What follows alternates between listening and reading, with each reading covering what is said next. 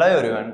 இன்னைக்கான வீடியோவில் நம்ம என்ன பார்க்க போகிறோம் அப்படின்னு பார்த்தீங்கன்னா, இன்னைக்கும் மார்க்கெட் வொலட்டைலாக தான் இருந்தது. நானும் லாஸ்ட் வீக்லேருந்து சொல்லிட்டே இருக்கேன், மார்க்கெட் ரொம்ப வொலட்டைலாக இருக்குது, மார்க்கெட் யூஎஸ் மேலே டிபெண்ட் ஆகிருக்கு அப்படின்னு சொல்லிட்டு. அதே ட்ரெண்ட் தான் இன்னைக்கும் கண்டினியூ ஆகிட்டு இருக்கு. பட் இன்னைக்கு ஒரு சின்ன சின்ன சேஞ்சஸ் இருக்குது.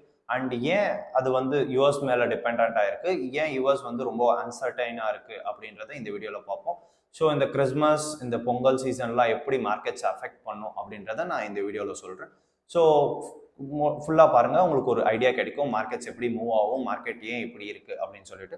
ஃபர்ஸ்ட் இன்னைக்கு இந்தியன் மார்க்கெட்டில் என்ன நடந்தது அப்படின்னு பார்த்தீங்கன்னா, ஒரு கேப் டவுன் இருந்தது. அப்புறம் வந்து கண்டினியூஸாக என்னதான் கொஞ்சம் கொஞ்சம் ஒரு டிப்ஸில் வந்து ஒரு ஸ்பைக் இருந்தாலும் மார்க்கெட் கண்டினியூஸாக கீழே போயிட்டே இருந்தது. ரொம்ப ஸ்லோவாக போயிட்டு இருந்தது. ஸோ அரவுண்ட் சம் பாயிண்ட்ஸ் ரொம்ப கீழே போயிட்டு இருந்தது. அண்ட் ரொம்ப இது கண்டினியூ ஆகிட்டே தான் இருக்குது. இது வந்து ஸ்டாப் ஆகிடுமான்னு கேட்டால் அது சொல்ல முடியாது. ஏன் அப்படின்னா, இது யூஎஸ் மார்க்கெட்ஸ் மேலே டிபெண்ட் ஆகிட்டு தான் நம்ம மார்க்கெட்ஸோட ரன் ஆகிட்டு இருக்கு. என்ன யூஎஸ் மார்க்கெட் மேலே டிபெண்ட் ஆயிருக்கு அப்படின்னு பார்த்தீங்கன்னா, யூஎஸ் மார்க்கெட்ஸில் வந்து ரேட் கட்ஸ் நடக்குமா நடக்காதா அப்படின்றது எல்லாருக்கும் ஒரு டவுட்டாக இருக்குது. இப்போ தான் ரீசெண்டாக ரேட் கட் நடந்தது. திரும்பவும் ரேட் கட்டா அப்படின்னு கேட்டிங்கன்னா, இப்போ டிசம்பர் வந்து கிறிஸ்மஸ் நடக்கும். அவங்க ஸ்பெண்டிங் ரொம்ப ரொம்ப ரொம்ப ஹையாக இருக்கும். ஸோ ஸ்பெண்டிங் ரொம்ப ஹையாக இருக்கும்போது இன்ஃப்ளேஷன் டேட்டா வந்து ரொம்ப ஹையாக வரும். இன்ஃப்ளேஷன் வந்து ரொம்ப அதிகமாக காட்டும். ஸோ அப்போ என்ன பண்ணுவாங்க அப்படின்னு பார்த்தீங்கன்னா, ஃபெட் ரேட் கட் பண்ணுறதுக்கு சான்ஸ் கிடையாது. ஸோ அவங்க ஏற்றலாம், இல்லை அப்படியே ஹோல்ட் பண்ணி வைக்கலாம். இன்கேஸ் மார்க்கெட்டில் என்ன பயப்படுறாங்கன்னா, இன்ஃப்ளேஷன் ரேட் ரொம்ப ஹையாக வந்துருச்சுன்னா ஃபெட் வந்து ரேட் கட் பண்ண மாட்டாங்க, நம்மளுக்கு பிஸ்னஸ் எஃபெக்ட் ஆகும். அண்ட் இன்கேஸ் அவங்க ஏற்றிட்டாங்க அப்படின்னா, எமர்ஜிங் மார்க்கெட்ஸில் ஆல்ரெடி ரொம்ப டாலர் ரொம்ப வேல்யூடாக இருக்குது, ரொம்ப ஸ்ட்ராங்காக ஸ்ட்ரென்தன் ஆகிட்டு இருக்கு. ஸோ இன்கேஸ் அவங்க ஏற்றிட்டாங்க அப்படின்னா, emerging market like India and Singapore நிறைய கண்ட்ரீஸ் இருக்குது, கொஞ்சம் கொஞ்சமாக இப்போ டெவலப் ஆகிட்டு இருக்க கண்ட்ரிஸோடைய கரன்சிஸ் எல்லாம் ரொம்ப வீக் ஆகிட்டு இருக்கும். ஸோ அதனால் அவங்க ப்ராஃபிட் பண்ணியிருக்கிறதுலாம் ரொம்ப கம்மியாக இருக்கும் அப்படின்ட்டு தான் எஃப்ஐஎஸ் செல் பண்ணிட்டு இருக்காங்க. ஸோ இன்னைக்கு எஃப்ஐஎஸ் டிஏஎஸ் மார்க்கெட்டில் என்னெல்லாம் பண்ணியிருக்காங்க அப்படின்னு பார்ப்போம். எஃப்ஐஎஸ் வழக்கம் போல் ரொம்ப கண்டினியூஸாக செல் பண்ணிட்டு இருக்காங்க. இன்னைக்கு கொஞ்சம் அக்ரெசிவாக இருந்தது ப்ராஃபிட் புக்கிங்ஸ். டிஏஎஸ் வந்து ரொம்ப ஹோல்ட் பண்ணியிருக்காங்க. மியூச்சுவல் ஃபண்ட்ஸும் ஹோல்ட் பண்ணிட்டு இருக்காங்க. நம்மளுடைய எஸ்ஐபிஸ் ஃபண்டை வச்சு இன்வெஸ்ட் பண்ணிட்டு இருக்காங்க. டிப்ஸ் வரும்போதெல்லாம் மார்க்கெட்ஸில் இன்வெஸ்ட் பண்ணிகிட்டே இருக்காங்க. ஸோ அதை கண்டினியூ பண்ணி டிஏஎஸ் மார்க்கெட்டை ஹோல்ட் பண்ணுறாங்க. இன்கேஸ் டிஏஎஸ் or mutual funds and corporation வந்து பை பண்ணுறதை நிறுத்திட்டாங்க அப்படின்னா என்ன ஆகும் அப்படின்னு பார்த்தீங்கன்னா, மார்க்கெட்ஸ் ரொம்ப ஷார்ப்பாக கீழே விழுறதுக்கு சான்சஸ் அதிகமாக இருக்குது. ஏன்னா இவங்க டிப்ஸில் வாங்குறதுனால தான் அந்த ஸ்பைக் கொடுத்துட்டு இருக்காங்க. இன்கேஸ் அந்த டிப்ஸில் வாங்கலை அப்படின்னா மார்க்கெட்ஸ் ரொம்ப அடிப்படும். ஓகே, இப்போ யூஎஸ் மார்க்கெட்ஸில் என்ன நடந்துட்டு இருக்கு அப்படின்னு பார்த்தீங்கன்னா, நான் அப்பயே சொன்ன மாதிரி தான் யூஎஸ் மார்க்கெட்டில் ஃபெட் ரேட் கட் பண்ணுவாங்களா கட் பண்ண மாட்டாங்களான்னு தெரியல.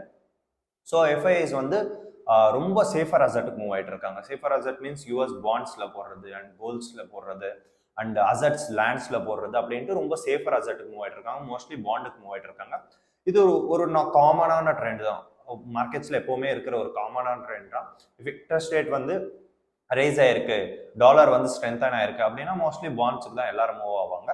அண்ட் தென் செக்டார் வைஸ் இன்னைக்கு பார்ப்போம். Same as usual IT sector பெருசாக ஒன்றும் பர்ஃபார்ம் பண்ணல. இன்னைக்கு கொஞ்சம் வீக்கராகவும் இருந்தது. ஏன் அப்படின்னு பார்த்தீங்கன்னா, நான் டெய்லி வீடியோவில் சொல்கிற மாதிரி தான், IT sector purely depend on US markets. US market மேலே பியூர்லி டிபெண்ட் ஆகிட்டு, மார்க்கெட் மேலே இல்லை, பிக் டெக் ஜெயின்ஸ் மேலே தான் நம்மளுடைய ஐடி கம்பெனிஸ் டிபெண்ட் ஆகிட்டு. ஸோ இன்கேஸ் அங்கே பிஸ்னஸ் நடக்கலை, அங்கே இன்கேஸ் வந்து ஸ்பெண்டிங் நிறைய பண்ணலை அப்படின்னா இங்கேயும் வந்து நம்மளுக்கு வந்து ஐடி செக்டார் அவ்வளோவா பர்ஃபார்ம் பண்ணாது. பேங்கிங் அண்ட் ஃபினான்ஷியல் செக்டர்ஸ் ஓரளவுக்கு பண்ணியிருக்கு, ஓரளவுக்கு ஸ்டேபிளாக இருக்குது. ரொம்ப அக்ரெசிவாக வந்து மூவ் ஆகலை, ரொம்ப இது டவுன் ட்ரெண்டும் இல்லை. நெக்ஸ்ட் ஃபார்மா வந்து ஓரளவுக்கு டிஃபென்சிவாக இருக்கு அண்ட் அதுவும் ரொம்ப பெருசாக அக்ரெசிவாக எதுவும் மூவ் ஆகலை. Next mid cap and small கேப்பில் வந்து செல்லிங்ஸ் நடந்துகிட்டே தான் இருக்குது. செல் பண்ணுறாங்க அண்ட் லாஸ்ட் கேப்புக்கு மூவ் ஆகுது, லாஸ்ட் கேப்லேருந்து மிட் கேப்புக்கு மூவ் ஆகுது. ஸோ அந்த மாதிரி மார்க்கெட்ஸை ஹோல்ட் பண்ணுறதுக்கு என்னென்னவோ டாக்டிக்ஸ் யூஸ் பண்ணிட்டு இருக்காங்க.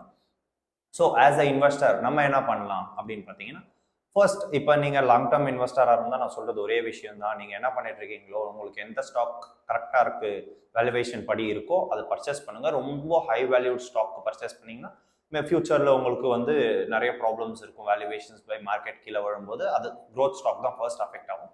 ஸோ வேல்யூவேஷன் படி நீங்கள் என்ன கன்சிடர் பண்ணிட்டு இருக்கீங்களோ, நீங்கள் என்ன பர்ச்சேஸ் பண்ணிட்டு இருக்கீங்களோ அதை நீங்கள் பண்ணிட்டு இருங்க.